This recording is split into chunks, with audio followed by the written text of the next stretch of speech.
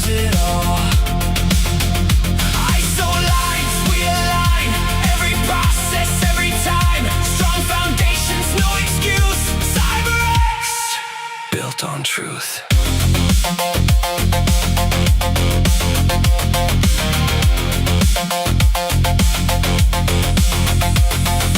Policies that actually work, not just words inside the docs.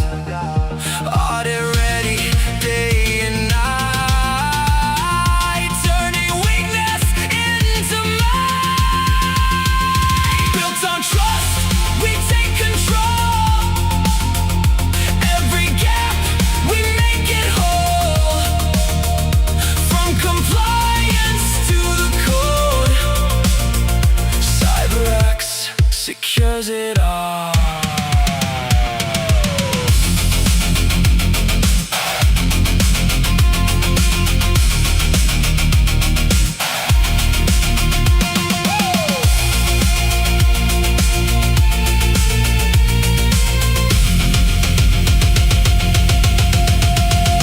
No more chaos, no disguise. We bring structure, we bring eyes. This is where resilience starts. CyberX protects what's ours.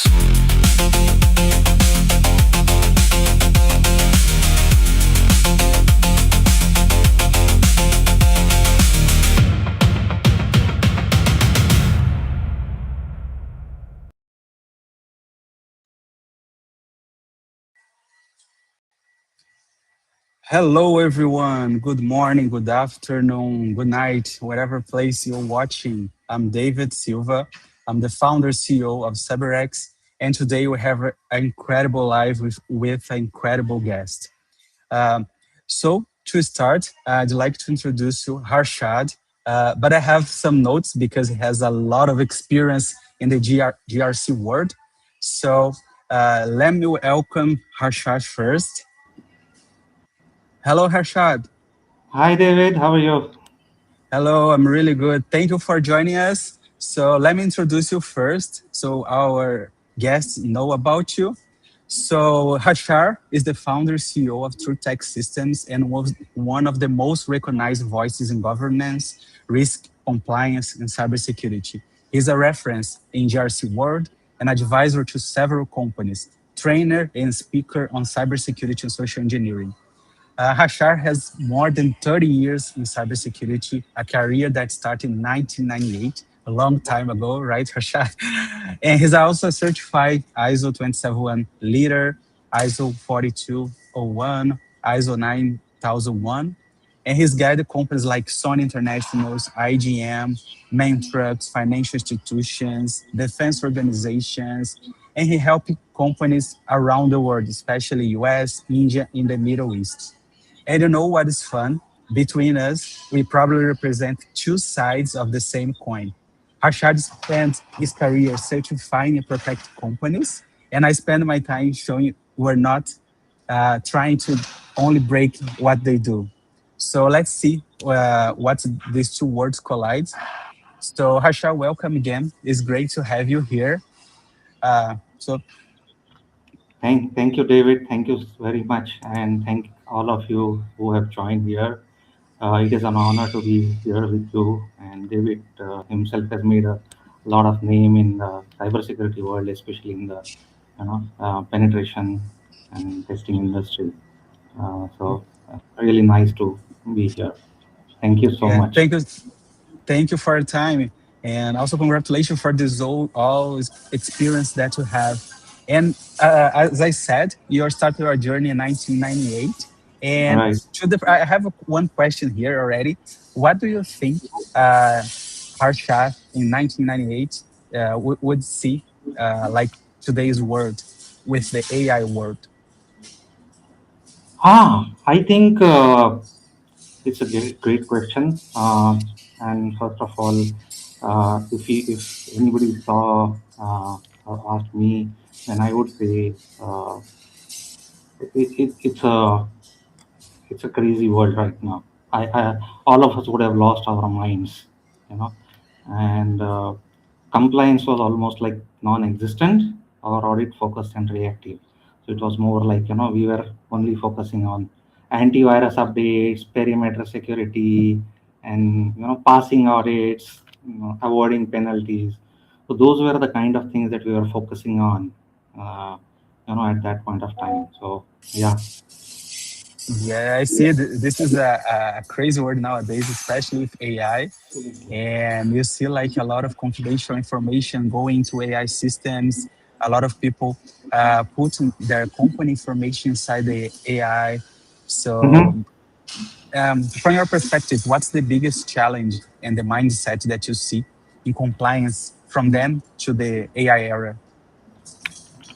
Oh, biggest mind shift, I think. Uh, what I have seen in last several years, the compliance has moved from being like a control function or to becoming a business enabler.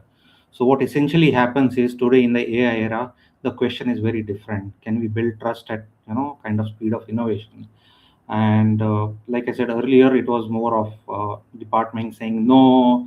It is a lot of expense and overheads, but today it is more of trust, and it's a very big profound change that I have witnessed. So it has kind of moved from checklist to trust, I would say. Yeah, thank you so much for that insights. I see that the world is changing. A lot of things changes nowadays. And I Mm-hmm. have and also another topic to bring to the table here is regarding the risk that companies don't see. So can you explain for us how much shadow AI is happening? And do companies even know what data their employees are feeding to the AI tools? They are putting their risk, like sensitive information, and the employees doesn't know about it. Mm-hmm. Yeah. Yeah. So that is actually very much existent, and I think a lot more than executives actually think it is happening. So what happens in my experience, the problem is much larger than what most of the organizations can currently measure. So if you have seen the trend, whenever any new technology comes up, so it could be, cloud services, file sharing platforms, WhatsApp, mobile applications. So any new technology that comes up, people become more productive and employees adapt to it before the governance actually can catch up. What I'm trying to say. So uh, most employees see they are not actually trying to violate a policy. Okay, they are simply trying to get their work done faster. I mean, I somebody's trying to debug a code, somebody, a salesperson is trying to improve a proposal, or a HR manager is he wants to summarize a document or have a better presentation. So everyone is trying to have a better work done, make it faster. But what they miss out on is the governance part of it. What data that actually goes into the when we are feeding the AI.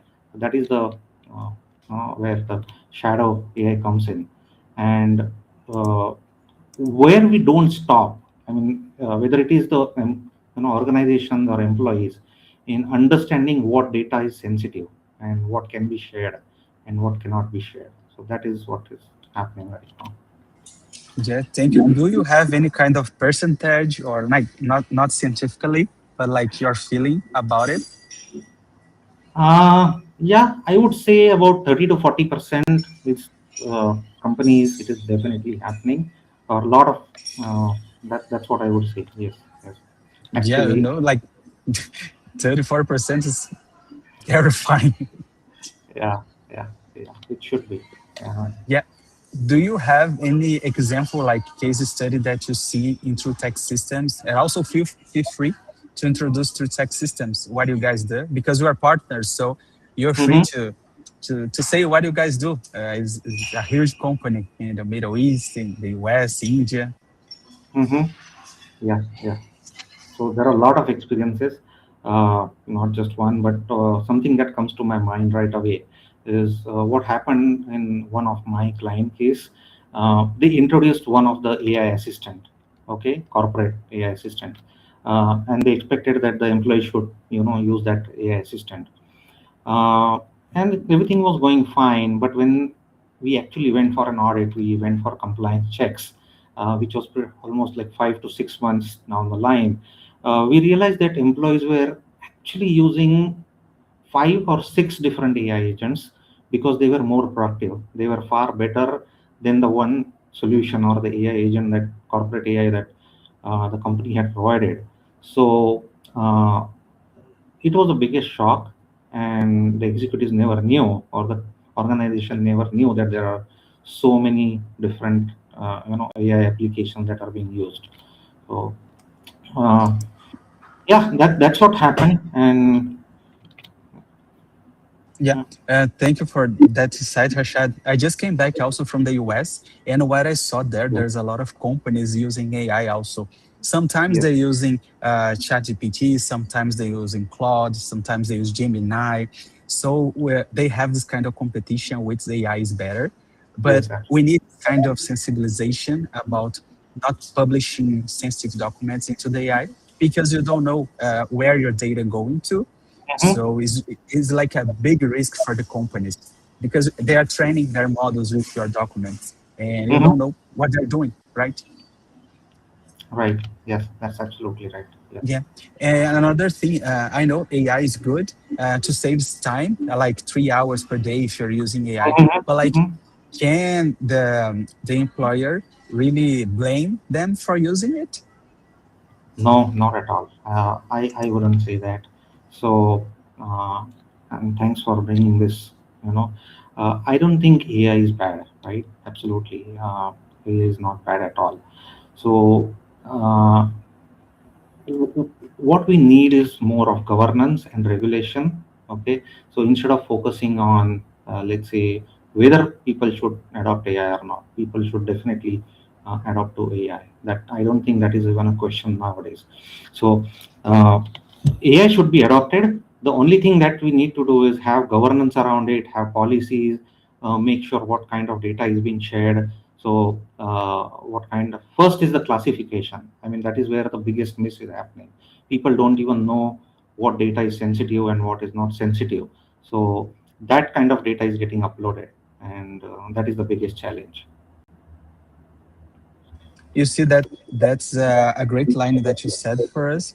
And also, I have one question for the audience. If you have questions, you can write down here, and at the end, me and Harshad can answer that for you.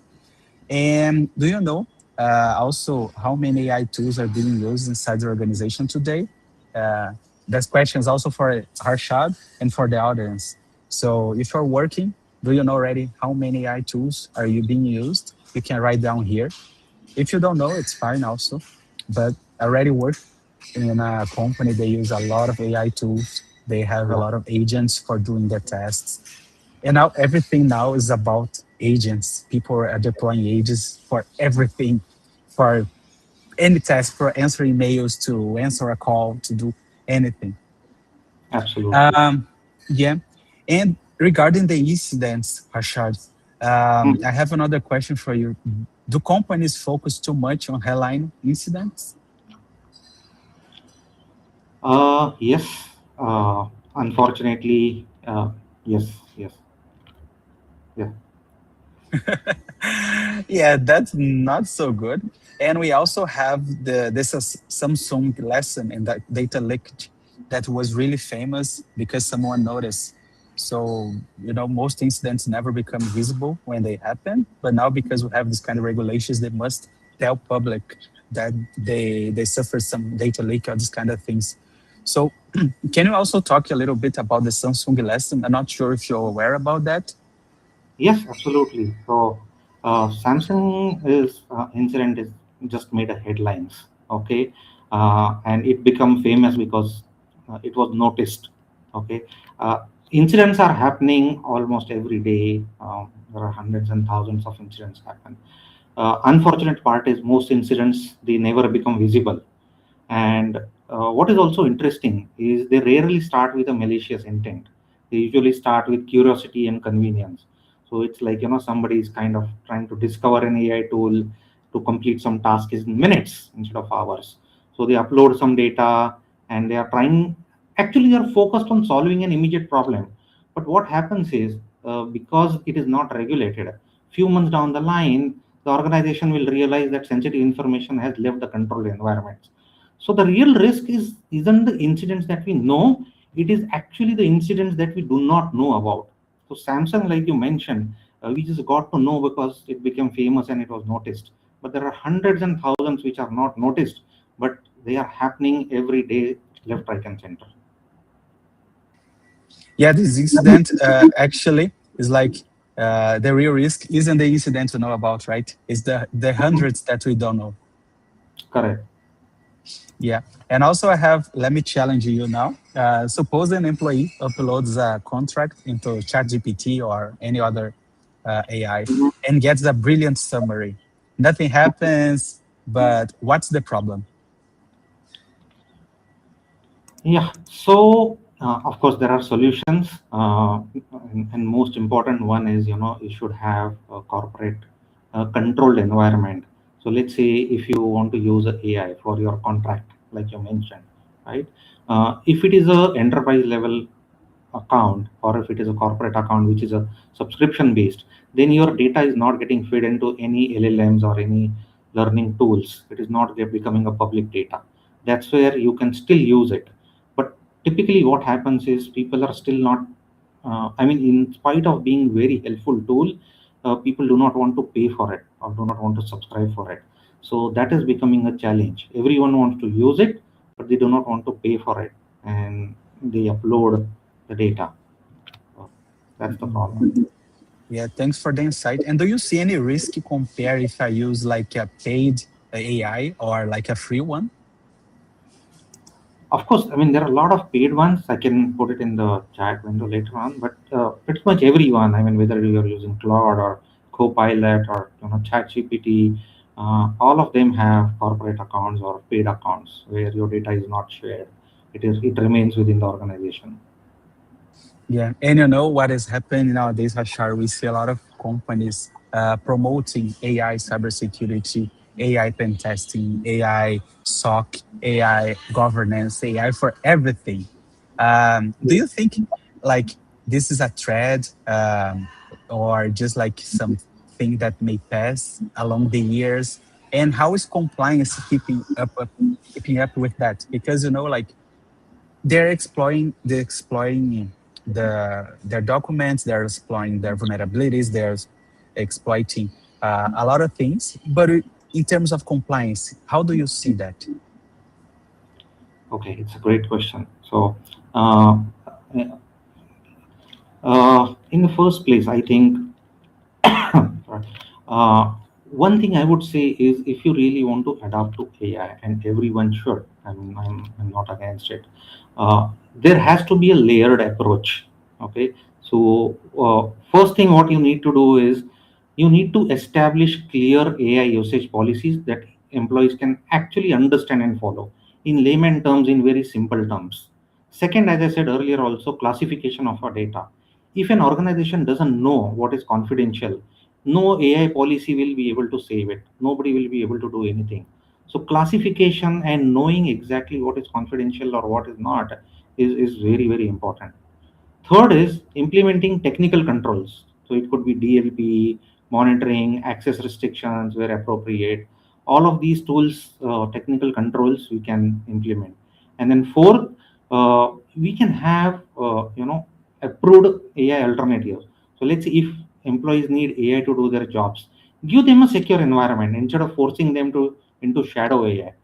And finally, which I always say, is invest in awareness. So technology alone cannot save a human problem. If you make them aware, if you do the training, if you tell them how to use it, people are definitely ready to understand and use it effectively. Yeah, and you know, one of the things that draws attention is that the challenge is the AI adoption is measured in weeks or days. In governance sometimes evolves in months, and regulations evolves in years. Hmm. So it has to. It doesn't follow like the fast pace of AI. Yeah. So governments and regulations like must be keep up to date and going really fast. Hmm. And do you have any case that you can say to us, like about a CISO or someone that uploaded a document and made some information to third party? No, sorry. Can you come again? I couldn't understand. Do you have any case in your experience that someone's upload a document and send it to a third party instead of the real client? Oh, yes, absolutely. Not one, many cases. So, in one of our fintech clients, what happened is, uh, when you sign up any new vendor or any new company, right? It goes into legal, and they had their master service agreement and standard SOWs.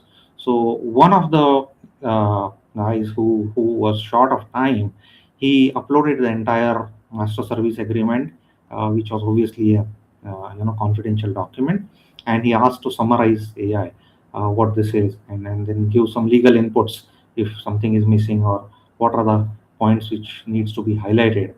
And that document, actually the master service agreement document, that became a public document, which was kind of discovered by the client. So it was a major breach of contract.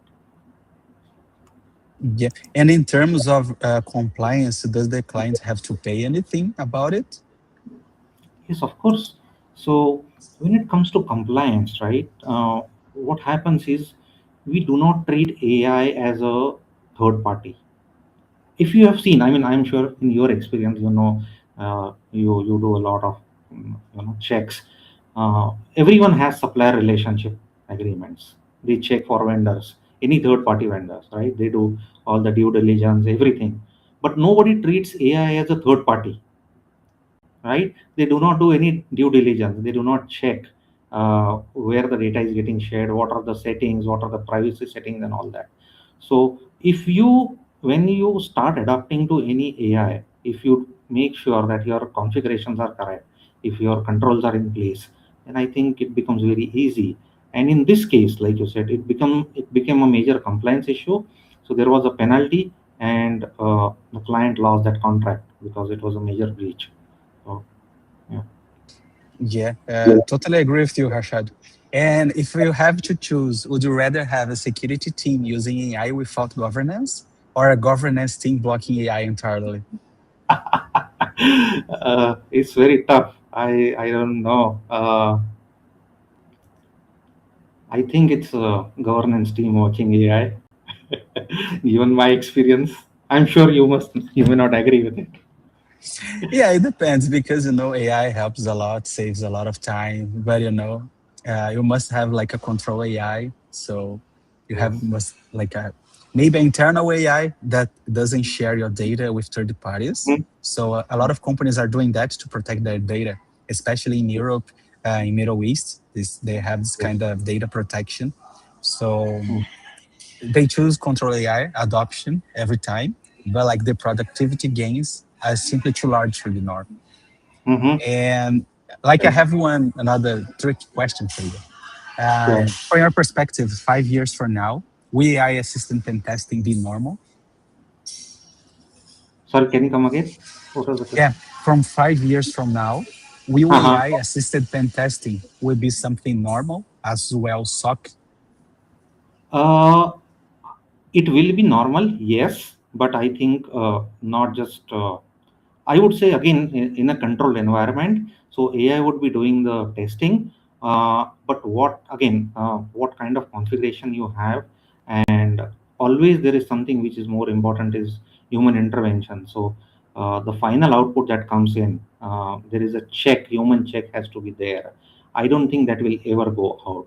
So even though AI will do the scans and testing, it will be at a high level, but the actual intelligence part, that is something human intelligence, that will never go off, that people will keep checking. Yeah, 100% agree with you because we need to have a human in the loop to analyze everything. Because AI doesn't have like creativity as a human, as we Right. see. Right. So it helps us to find some low-hanging fruits, as we say, Mm-hmm. to create some chains of vulnerabilities, but not those ones that's so specific and so complex. You must have a human, right? Yes, that's correct. Yeah. And going back to ISO 271 compliance AI Act, so a lot of organizations watching probably already have ISO 271. Right. So what they are missing? Okay, so ISO 27000 is really good to have. It kind of creates a base, a lot of control. So let's say when you talk of, your risk management, your data classification, access control, third party, information transfer, all of that is already there. What is missing, I think, is uh, the effective implementation of 27001. Like I said, one of the most important things I have seen in almost all the companies is people don't even know that there is something called as data classification. So if you do not know what to protect, there is no way you are going to protect. And that is the biggest challenge when it comes to AI. So if you want to go, let's say for ISO 42001, which is the AI, ISO in AI, then 27001 becomes your base. And then top of that, you build your controls and policies, AI usage policies for 42001. So that's what I think is uh, important. Yeah, thank you for sharing that. But like, can you talk a little bit about AI accountability, what it means? Like what? I mean, Like AI accountability, like when the systems like have a bad recommendations, who owns the outcome? uh, okay. So see, ISO 42000 and 27000 when they kind of become natural competition, and uh,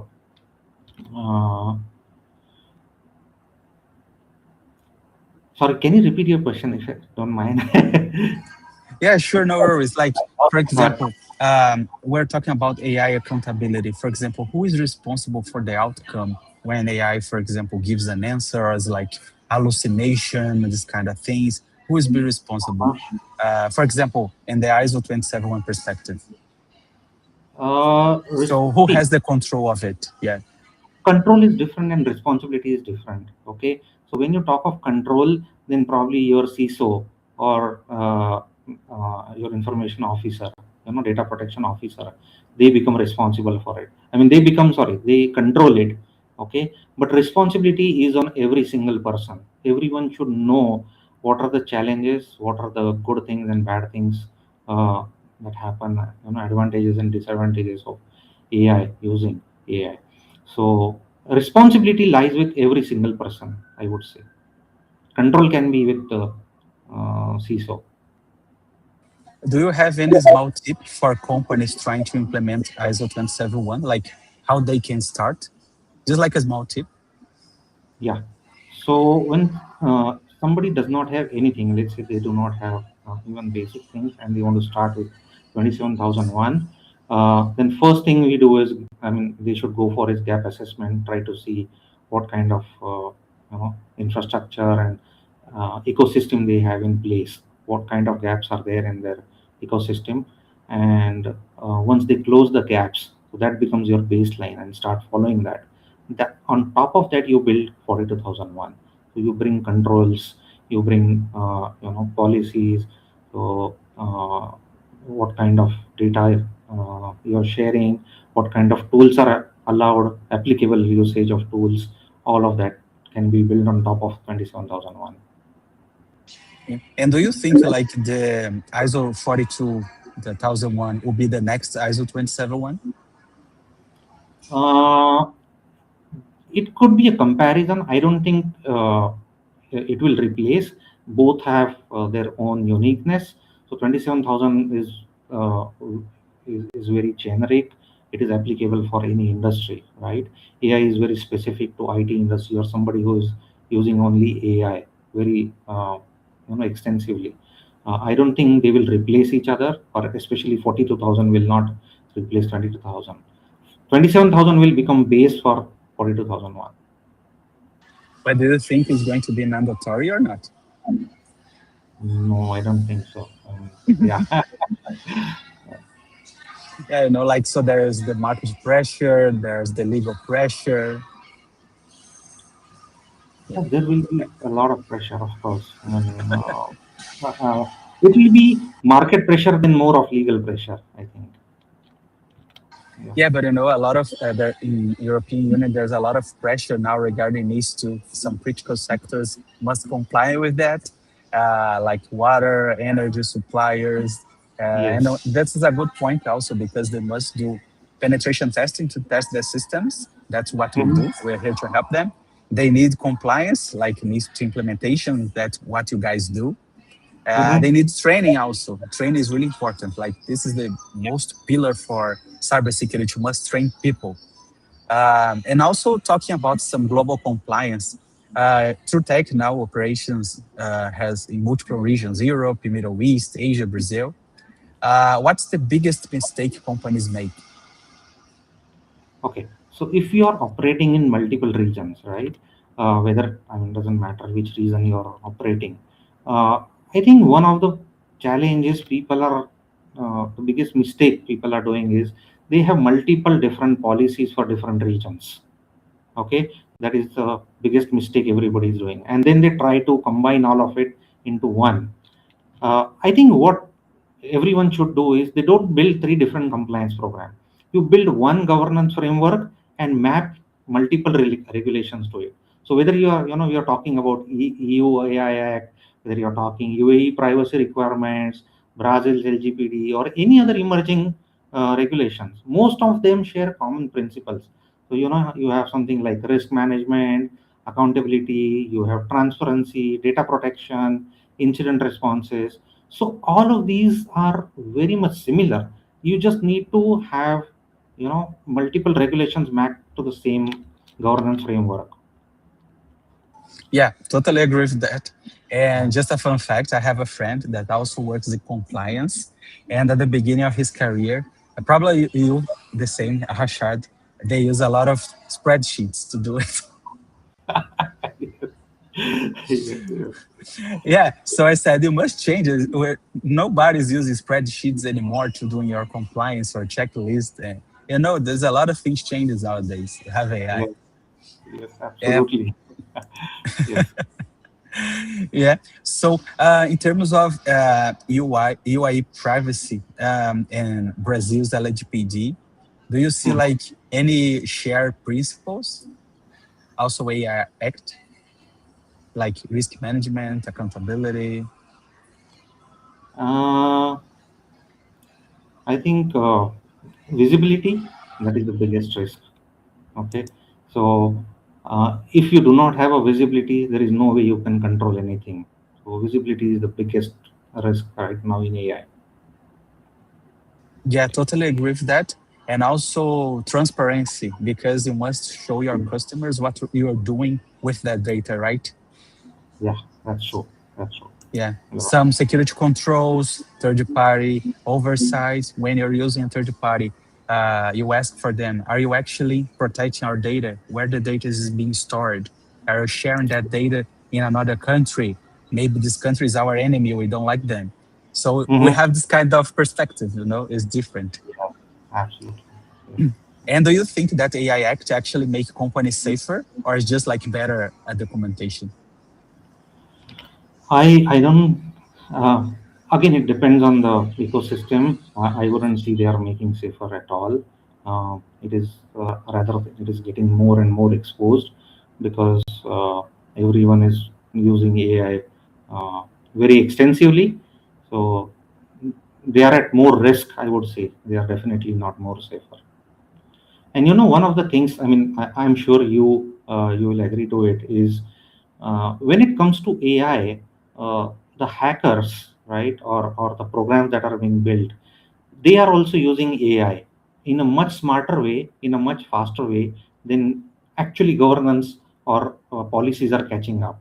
So uh, I think it is far more riskier than being safer. And what I like most about governance and compliance is because it focus on people, process, and culture, right? Absolutely, people, process, and technology.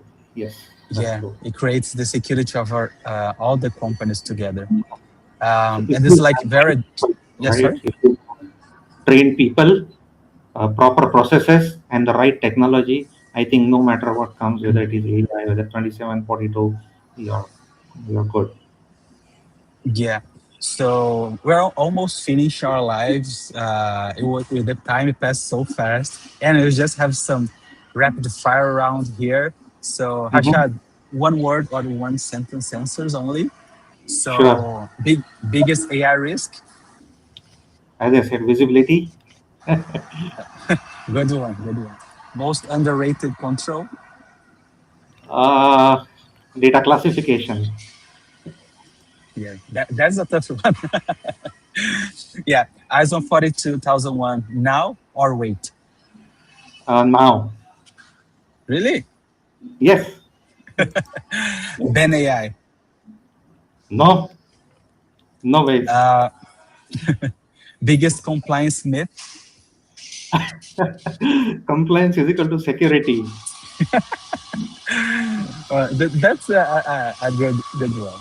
So, and do you think AI will replace auditors or pen testers? No. But auditors will use AI. And uh, auditors using AI will replace auditors not using AI, is what I would say. Yeah, totally agree with that. AI is here to help to facilitate part of our work, not to replace us. So, like for pen testers, automate some tasks. For compliance, automate some tasks also to find some to create some policies and this kind of Yeah, things. absolutely. So we have some questions here. Just let me put here on screen.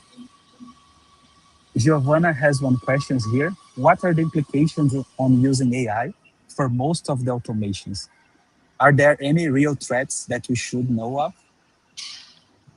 Uh, okay. So, let me think. Okay. So, uh, using AI for most automation can create major benefits. I mean, higher productivity, lower cost, faster decision making, and ability to automate tasks. But it also introduces new categories of risk that organizations should understand. So the first is, I think, incorrect output. Second is loss of human expertise, and obviously security risk and privacy or data risk. So that is what is the biggest challenge. And then Yeah, bias and decisions. Yeah, yeah, that is that's exactly the point, bias Rashad. comparison. Hallucinations. Yes, yes, AI does a lot of hallucinations, and we yes. cannot trust everything what they do. For example, if you're using, creating just basic automations, why don't you prefer Python to do it? Why are you using AI to do it? Just because it's fancy? Just a question for you. Some people are just in AI just to put their names, or we are using AI. But maybe a Python script solves your problem. So, you're spending money using tokens for your AI. For Hmm. Python, you're just using our brain to code. Yes, yes, absolutely. We also have one comment here from Sif. So, great input. Maybe a proposal central AI agent license to be used company wide would be a good fundamental step. That's a good Absolutely. point, Sif. Is that Hashar also commented, right? Yes, yes, absolutely. It is a great fundamental step to be taken. Yeah, because we don't want to share your data outside your country. So Mhm. probably companies are investing already in their own AI models to train with their data, and the data gets inside the company, doesn't go outside. So that's really interesting comment that you said to us. Absolutely. Um, we have also one comment here from Rupa. Decision making will always have human dependence, skilled and experienced human. What do you think, Hashad? Absolutely, I completely agree. If we leave everything on AI for decision making, I think that is the biggest mistake that we are doing. And I think human experience, no matter what, how much advancement we do in AI, uh, that experience can never beat what AI or anyone in technology can do. So, skill and experience humans will definitely beat, always. And decision making should happen. There has to be a human dependency and check. Yeah, Yes. that's a great comment. We have one more question here from Arpita. Do you endorse using AI in education? Yes, absolutely. AI is an, as I said, AI is an enabler, right? It creates far more opportunities. If you use AI, it can reach a far more wider audience at a much faster rate and in much better manner. All it depends is what kind of, how and what kind of data you're using for education. But yeah, I definitely endorse using AI in education. Yeah. We have one more question, but before showing that question, I know Mhm. that you brought something special for us, right? Everybody that's watching the live, if you want Yeah. to explain. Yeah. Okay. So, as you see on the screen, we are giving an exclusive free consultation. Uh, you can scan the QR code, and what I will be doing is you can scan it and fill up a form and submit the form. What we are doing is we are doing a 1 hour exclusive free consultation where we can look at your ecosystem, we can check what are the gaps, and I will be personally, doing the gap analysis and consultation and guide you as to what your organization should do, whether it is 27001, ISO 9000, 42001, pretty much anything. So anything to do with compliance, governance, risk, all of it. So please scan and submit your request for a free consultation. Yeah, that's so nice of your part, Rashad. And also for the guest, the link won't be available forever. Just scan the QR code and fill out the form, and then the page will disappear sometime. So yes, someone already scanned the QR code. Yeah, that's really good. So we Yeah. have one question here. Do you want to talk a little bit more about TrueTech? What else you guys do before I change it to the next question? Okay. So to take, I mean, sorry, we are, as you mentioned, we are a governance, risk, and compliance, and I'm really sorry. Uh, so we specialize in any kind of compliances. So if you want to do any kind of ISO certifications, any compliances, gap assessments, certifications, trainings, uh, offensive and defensive security, and that's where David is what David does as our associate partner. So we pretty much do all of these things, and uh, one of the most important things we recently started is ISO 42001. So we are one of the very few companies in the world right now who can who understand the complete AI ecosystem, and we can get you certified in ISO 42001 in a short span of time. Of course, there are gap assessment and compliance is required, but that's what we are doing right now. We are helping a lot of companies in compliance in 27 privacy, data privacy, using AI, effectively using AI, and not violating any terms and conditions. Mhm. Yeah, thank you for explaining that. I really like it through tech. I remember when we met in Qatar for the first time. It Yes, was really like bounded connections, and it was really good. yes, Just out of curiosity, we met in Web Summit Qatar, not in Dubai. So we just spoke there and discussed about our perspective, our visions, and we made right. this partnership. Yes, Yeah. absolutely. So I have here actually more three questions. The first one is from Ricardo. When AI makes decision that breaks a compliance rule, who is regularly responsible? The people who train the model, the people who deploy it, or the people who use it? Uh, okay, This the is a tough question. people who deployed it. Okay. So see, AI itself is not a legal person and they cannot bear any responsibility. Okay. The organization that deployed the AI and used it output in its business process, they bear the primary responsibility. So that is the shortest answer I would say. I mean, the organization or people who deployed it, they become legally responsible for it. Okay, yeah, that's a good one. We have here almost the last one, Nikita. Do you think AI will change the way the business choose candidates?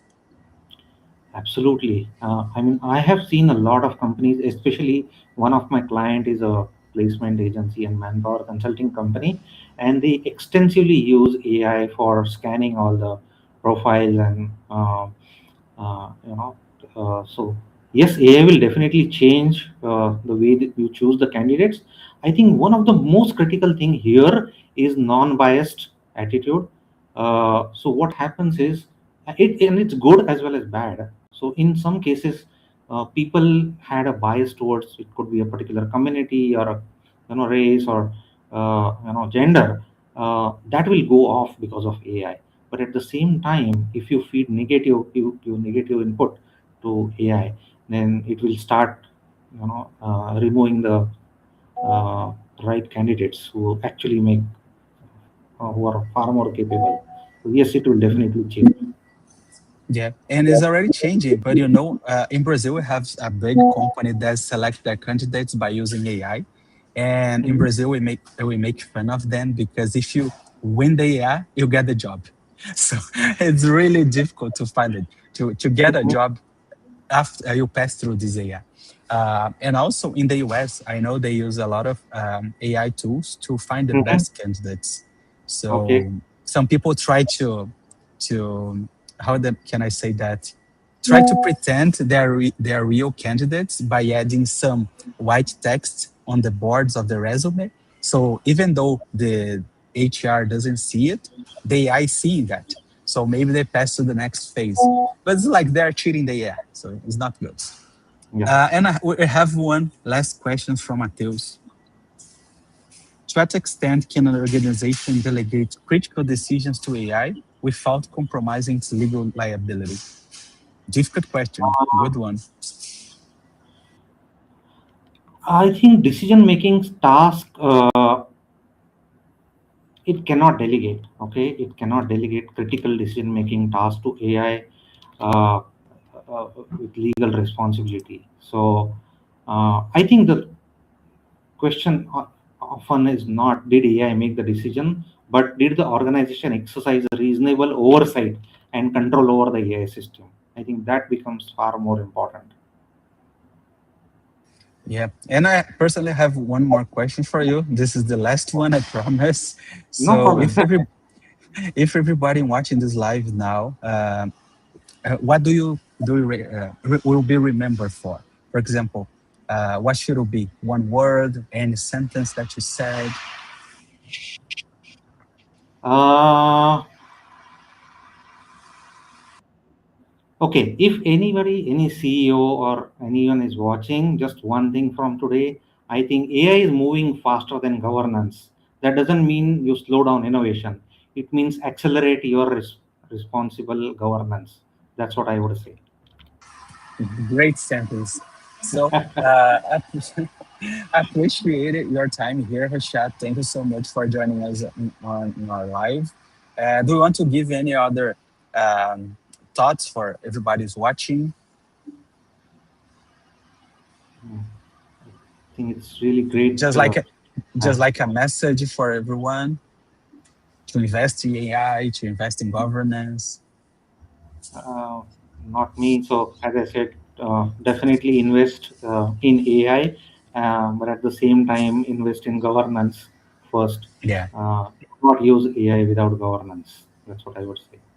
As a last Mhm. message. Okay. So thank you everybody for watching us. It was a great time to be here with you. So also if you have any other questions, you can add Harshad, you can add me on LinkedIn. We are there. So thank you so much, Harshad, and see you next time. Thank you so much, David, for this. Really appreciate. See you next time. Yeah. Thank See you. you. Bye bye everyone. Bye bye.